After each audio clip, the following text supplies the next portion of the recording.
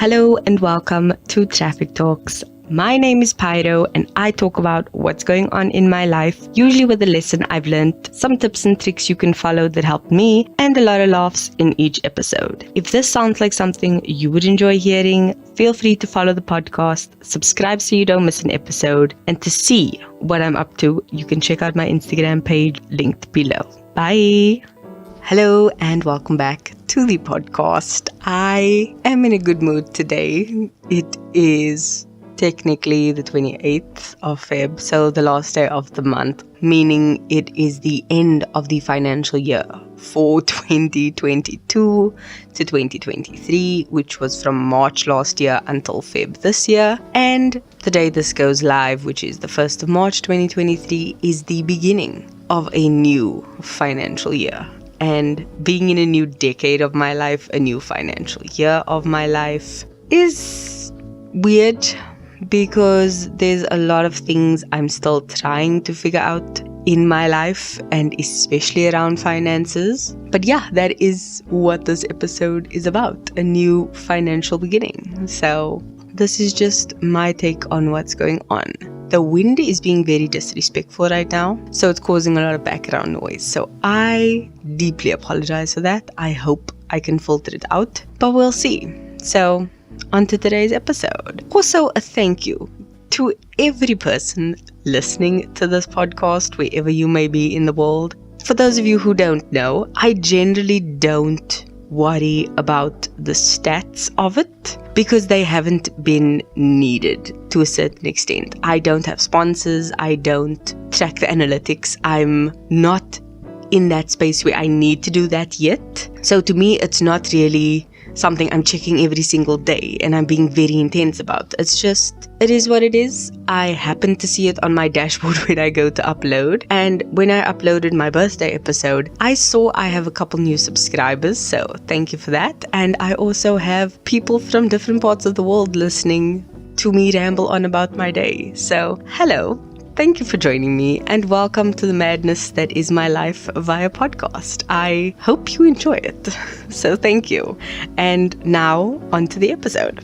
With finances, I am someone who has always been particularly good with my money. I'm the person who always has cash even if I say I'm broke, just in case I need something. Or if I'm running low on cash, I'll be like, I don't have a lot, but I've got a little bit on me and I still have some spare in case there's like an extra emergency. That's me. I've always handled my money well, and I still remember being young, unemployed and underage and people needing to borrow money from me. So I've always just been very good with my money, and one thing I am always smart about is how I break up my money. So when it comes to my salary, I earn a basic and then I also earn commission on the sales that I make for the job that I do. So I sell digital products, and the more products I sell, the more commission I make. I never make an exorbitant amount unless there's just like one random crazy order, which happens every couple of months. And luckily with this month, it was my birthday and I did get a bit of a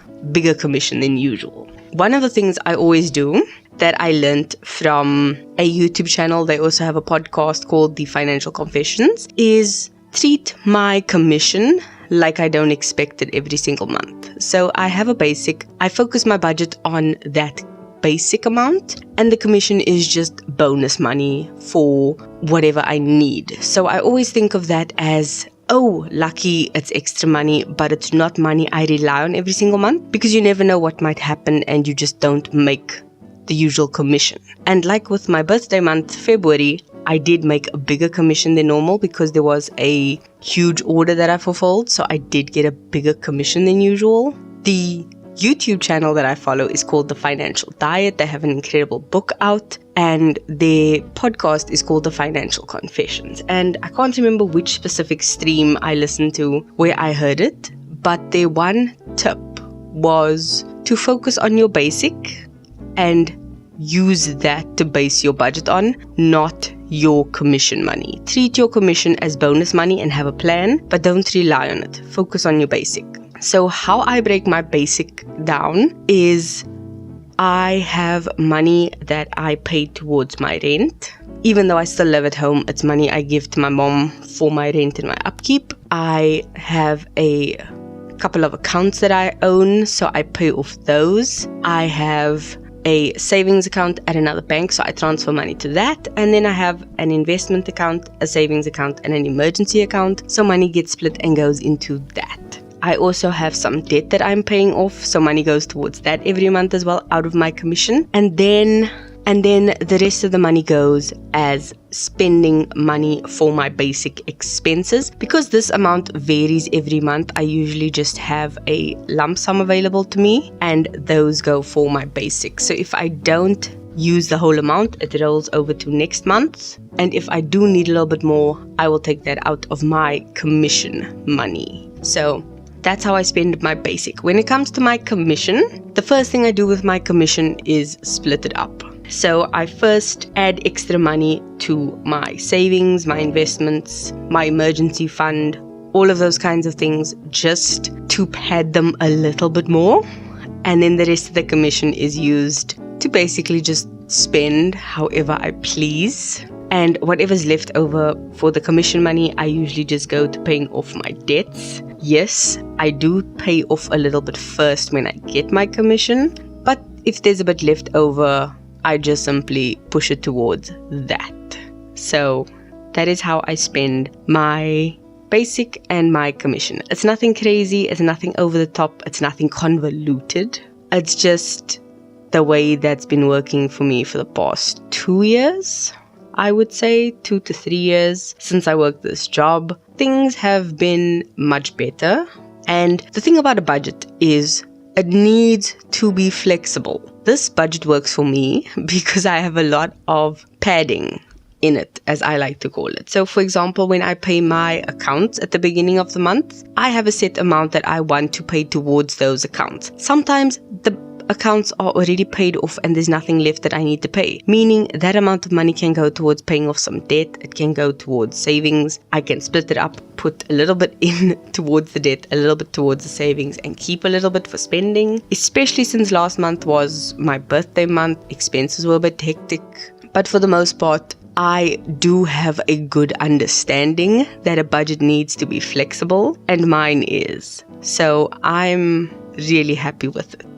So, for a budget, if you are trying to draw up one yourself, I would definitely say find someone else's example to base yours off of. With me, I love looking through Pinterest, and you can just find lists after lists of expenses, and you can find it for every type of budget or person out there. So if you're a student, you can Google student expense lists, or if you are trying to buy a home, you can find out what future home expenses you can look out for and maybe start adding a house fund or a home fund or some sort of sinking fund for that.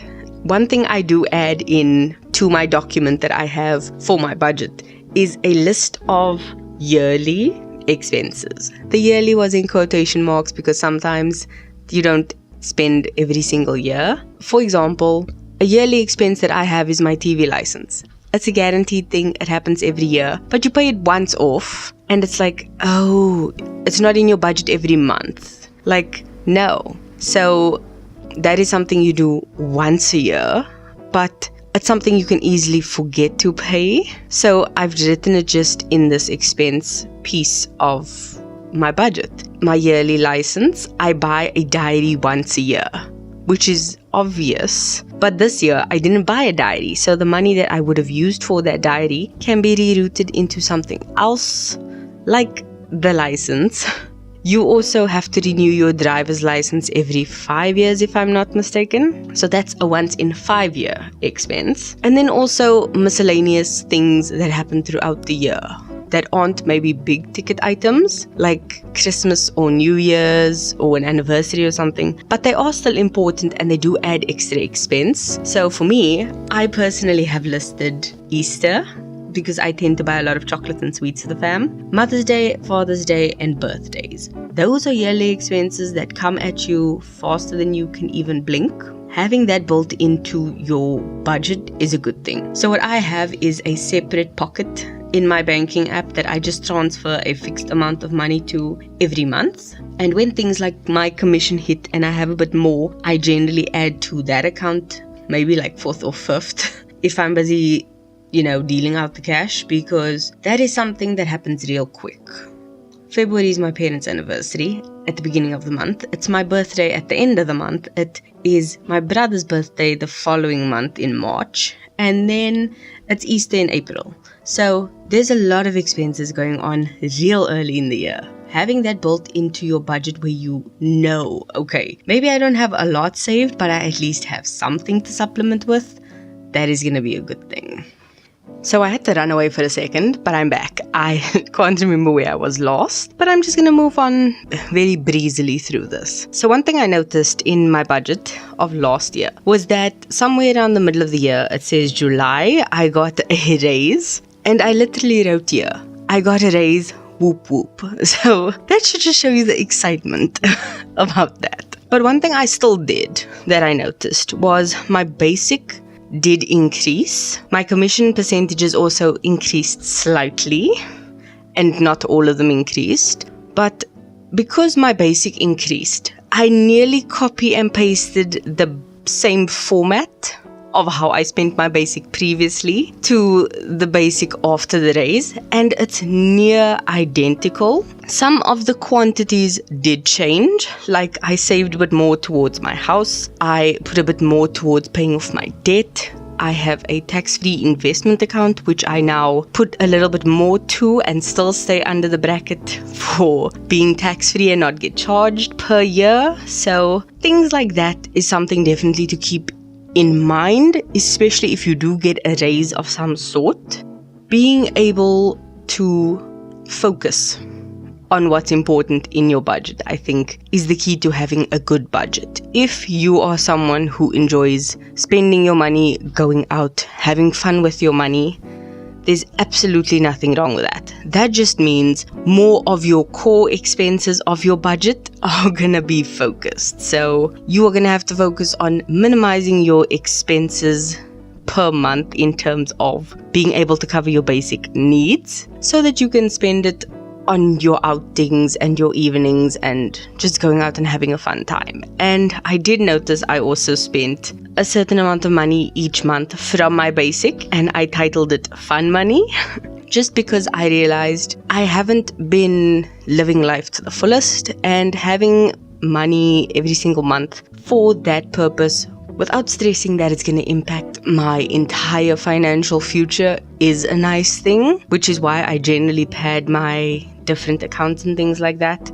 I think that is the best thing for me. Like I said, this is something that is very personal to you as an individual, and if you are in any type of financial situation that includes another person or people, if you are someone with a family, that is something you need to take into account, because children are expensive, and the worst thing about it is schools throw fundraisers at you when you least expect it at the worst possible time. I remember my sister being in school and just randomly she'd be like, oh, can I get 5 rand? It's fundraising day for whatever. And I'm just like, didn't you just have one like 2 weeks ago? And she's like, yeah, but it's another one. And I'm just like, okay, great. Or they'd have a day where they need to do a market or have a cake sale or just something random, and now it's either you have to stay up late baking for this freaking thing, or you have to go out and buy cakes or something of that nature, and it's just terrible. So plan for the unexpected and tweak it as you go along, because that is the best thing for you. I've had to adapt my savings pockets. I know FNB does have saving pockets, and Nedbank that I'm with has saving pockets. You can actually name each pocket after the savings goal you want. It helps you set trackers, so you can say, okay, I want to buy whatever it is in this amount of time, and it tells you how much you'll need to save every month. You can set up auto saving functions for those things. So take advantage of everything you can, and also shop around. Nothing is ever as in your face as you think it is. Try and figure it out through a lot of trial and error, but also the internet is your friend. You can compare a lot of prices online, and one of the things I found is read all the details, because I was considering getting a Woolworths credit card at one point, and I'm like, oh, this is great. And then I read the fine print and I'm like, oh no, this is not great. Like, it's gonna be too much of an expense to have something for expenses. So I'm just like, no, let me not do that. So shop around, find out what's best for you, and be careful with making debt in this day and age. There are certain kinds of debt that is really, really good. I'm reading a book called Money, a User's Guide, and it is the best thing ever. One of the tips they actually say is don't be too scared of short-term debt. So credit card debt of 6 months, if you can show you are paying it off, it generally doesn't count against you. So don't be afraid to make a big ticket purchase, put it on a credit card and be able to pay it off. Don't make unnecessary debt. Like, don't do that. But yeah, shop around for what works best for you. The budget that I have is always a work in progress, because sometimes you'll find something and just be like, oh, I didn't know. This is such a big expense. Maybe I should plan for it better. Or if you have something coming up, like, you know, your friends are dating and it's just like, someone's gonna get engaged somewhere. Maybe let me just start like a wedding budget fund. Just in case, you know, you might have a dress you can just dry clean. You might have a pair of shoes you can borrow from someone. But like that one thing you're gonna need, you're gonna have to buy yourself. So look around you, see what you need and make a plan to budget for it, and then go after the things you want as a big ticket purchase, whichever way suits you. So if saving up and buying it is the best thing, do that. If paying it off on a credit card is best for you, do that. Like, figure out what you want and then go for it, because life is too short to be miserable. Being broke is fine, being miserable is fine. Being broke and miserable at the same time, like, just no. Don't do that to you. Don't do that to everyone around you.